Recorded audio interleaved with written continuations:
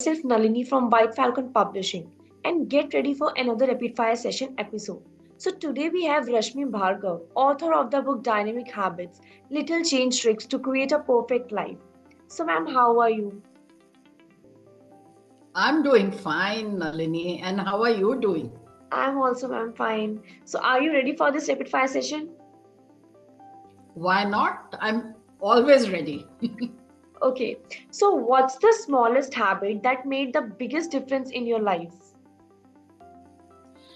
Uh, Nalini, I cannot really specify one single habit, but I can, speak about a couple of habits which have made a change for my well being.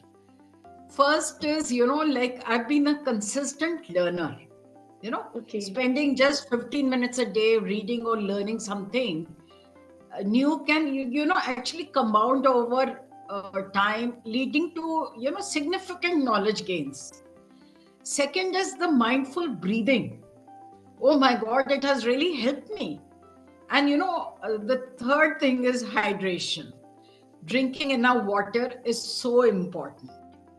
Yes. And then I feel that another fourth thing which I feel is regular movement. You have to have some physical exercise, Yes, which yes. over the years I've been adopting. And I would also say expressing gratitude, which is a very important, I feel, is a very important aspect, because we get to help thank people for what they're doing for us. And then finally, each day needs to be planned and prioritized. And one more thing, which comes into my mind, and that is a consistent sleep schedule. That's great. I hope you're convinced with my answers, because Yes, I'm yes. I'm incorporating all these things in my book. Okay. That's great. So, one habit you think everyone should adopt immediately? While there are many beneficial habits, but if you choose one that could have immediate positive impact for everyone, I feel that practicing mindful breathing is important, because that really helps in the stress reduction. Into the deep conscious breathing activates all our nervous system, which in fact counteracts the fight or flight response. This can quickly, I keep saying that people are generally very anxious and very stressed out. So I think this is the best thing to do. And it has helped me a lot. Yeah. So, what's your go-to mantra when you feel stuck? I'll have to think about it. Uh, Go to mantra, I would say the first word I would say is analyze. Not immediately react. Analyze what happened and introspect to find out if I have the real knowledge and understanding to solve, and if not, seek somebody's help to find the solution. So, one shouldn't immediately react, but first analyze. And that's my key mantra. Always analyze before reacting. That's really great. So, if you had to give dynamic habits to one famous personality, who would you choose? That's a difficult question for me, Nalini. There are so many people I admire across the world. Uh, I'll have to think about it, but I feel that one person I would like to actually uh,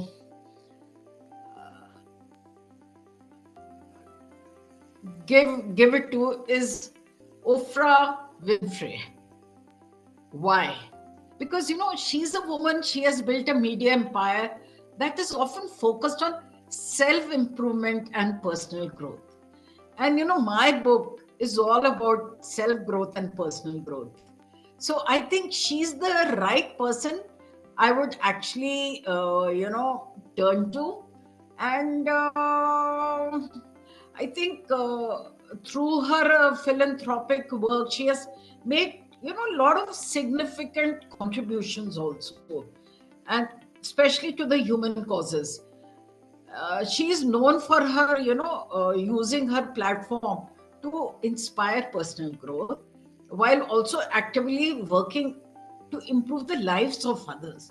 I think she's a brilliant person, and I think I would take talk to her and immediately send things to her. Okay. So, one word that captures your journey from HR head to entrepreneur. Uh, this is, I cannot say it in one word, but I can say it in one phrase. Yeah, Uh, I no longer want to be an ant, but fly like a butterfly. I think that sums up. great. It's one phrase. Yeah, Okay. yeah. So, lastly, please tell us about your book.